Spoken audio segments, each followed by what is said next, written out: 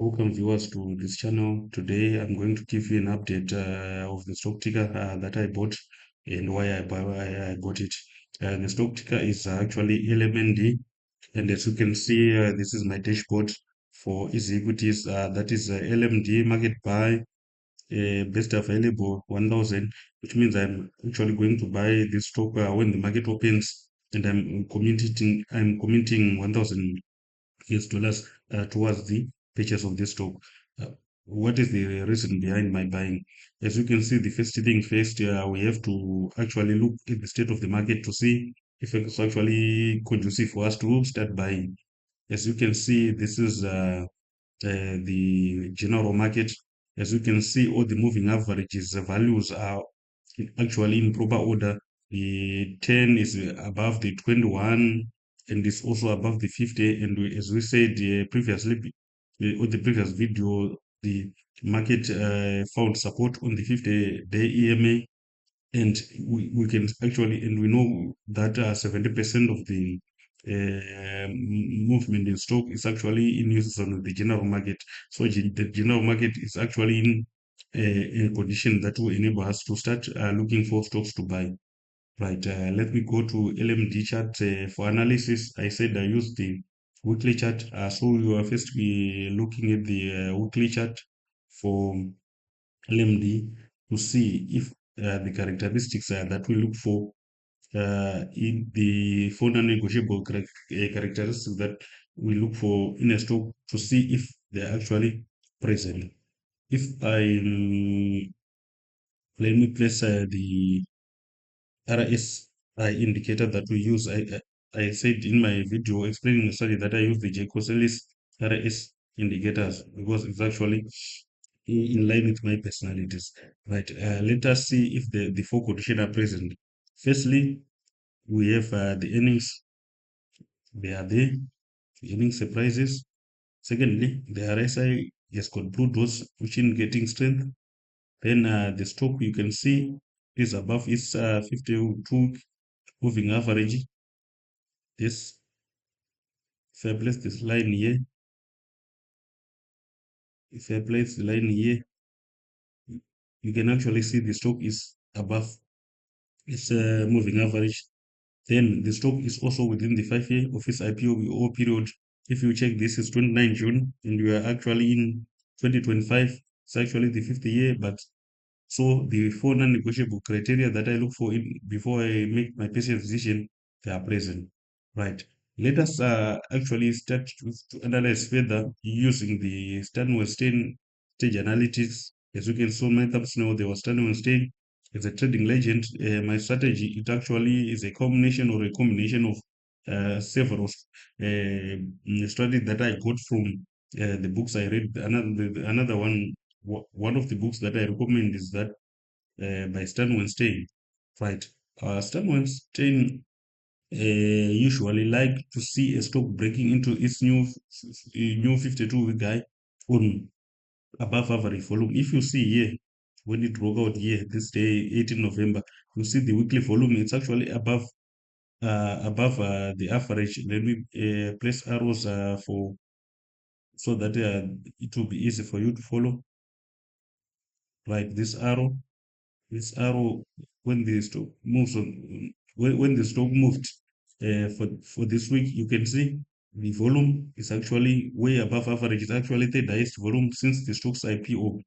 If I wanted to adopt his strategy in strictest sense, said for starter position, you actually buy here on the date of the breakout week. Uh, you buy half the position. Then when it pullbacks, you buy another position. This is area where I'm choosing now to enter my positions this week. He called it the low risk buy area.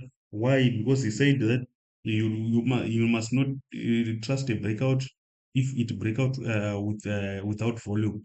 Here you can see the volume was confirmed, and because I actually would like more certainty, just like it is strategic type. I want to see the whole move before I decided to purchase. So I had to wait to see the breakout happening. Then I saw yes, volume is present. Then I had to wait for this adopt a more patient approach. I usually like to adopt a more patient approach. So I have to wait for the pullback to see what happens on the pullback. Is the move really exciting, or are institutions really liking the move in the stock? Then how do I assess that?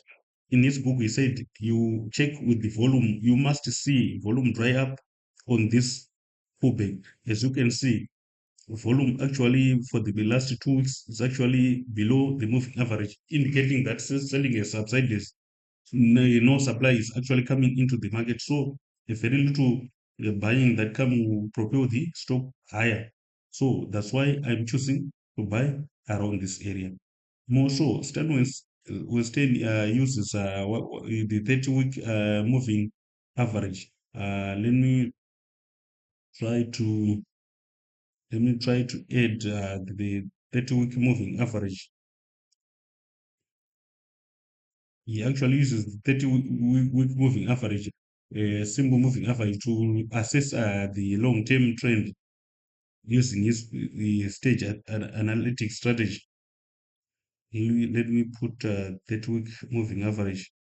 Right, this is the 30-week simple moving average that he used to assess the trend. He actually said in his book, if stock is below 30 moving average, it's actually in a downtrend. The stage, you don't have to buy at this stage. Then this, when the stock is actually making when the stock is actually crossing a back and forth with the moving average, it's actually the stage one.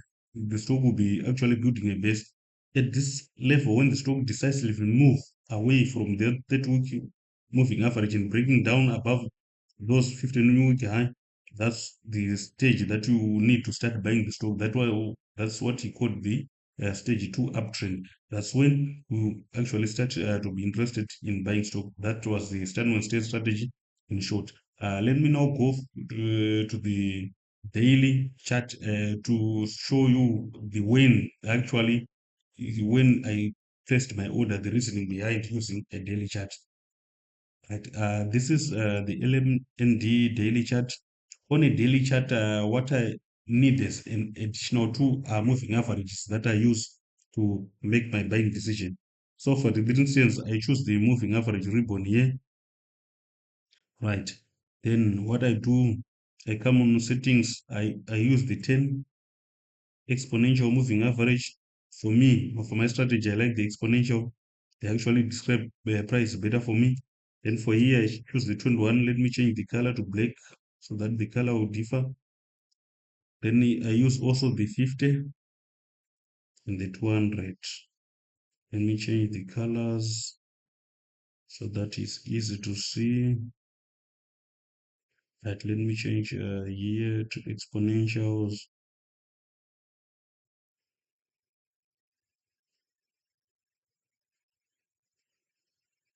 Right. This is what I use for my analysis. Those are the tools that I use for actual making the buying decision. Right. As you see on a daily chart, this Monday, this is my trigger bar. Right. Why do I specifically buy at this level? The reason why I buy at this level is I usually buy closer to the moving averages. Why? Because the moving averages will actually provide me as my sell guys. Sell guys. Stocks are usually bought or supported by institutions on their moving average. For instance, the LMND, the Lemonade stock, I found support on the 50-day moving average. So when I buy here, my 50-day moving average will actually be my selling guide. And also the risk that is acceptable to me is actually 7.5%.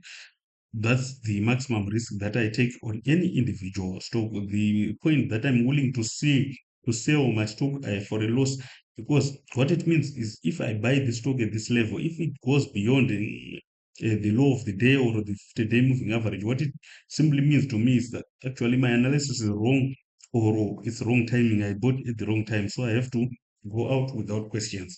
Right. Another thing, if you look at this trigger bar, I would like the trigger bar to be accompanied by low volume. As you can see here, volume is below average here. It's actually below average. What it means to me, it means selling has subsided in the market. No one is coming up with supply. So selling has dried up, which means it's a ripe condition for the stock to go up. And also, this bar, if you read Toby Crable book, this bar is actually an NR4. What it means is an NR4. It means it's a tightest bar preceding. It's a tightest bar preceding the 3 previous days. If you can 1, 2, 3 days, this bar is the tightest of all the bars. What it means is, from the researches that Topic Rebel did, he found that these type of setup are actually high probability setup. So I would like this bar to be an NR4 bar. If it actually becomes an inside bar like what it was, it's actually a plus to me. But if it's an NR4 and it's near the moving averages, when I mean near the moving average, I mean with the close and the moving average, the difference between those prices must actually be within the 7.5% my acceptable loss region, so that my chances, because I know 50% of the time I will be wrong in my analysis. So if I restrict my loss to 7.5, I will come up on top. I won't make a loss that will ruin my chances of getting back in the market. So here we are saying then is within my normal acceptable loss region, that is also being supported on the 50-day EMA, and is an NR4 bar. And another thing also that I use to assess the tightness, I use also the bar change value. If you look at it, if I click here, if you look the 1.161% on top here, the figure that is appearing here, it's actually, I usually want this figure to be below 2.5%. It's actually, it shows me that the price are very in a very tight range, because market moves in stages, is moving in expansion and contraction. Then this is actually contraction, which means we are expecting expansion. This is actually an anticipation setup. We are anticipating that price will burst out from this contraction into expansion. The thing that we don't know, we just don't know if it expands upwards or downwards. That's why we have to have our acceptable loss it all the time. That is the point we are buying. I was actually going to buy it yesterday, but I was busy. I failed to check the market, so I placed my buying order this morning before the market opens. I will update you on weekend the results of the buying that we would have done today, of how the stocks is actually moved. I will keep on updating you about other buys that I will be conducting throughout this 2025 challenge we have. If you have any questions about the strategy or anything that you need clarity about, please like or subscribe or hit me in the comment section, so that I will actually share with you some of the insights that or the thinking that is behind my trades. Thank you.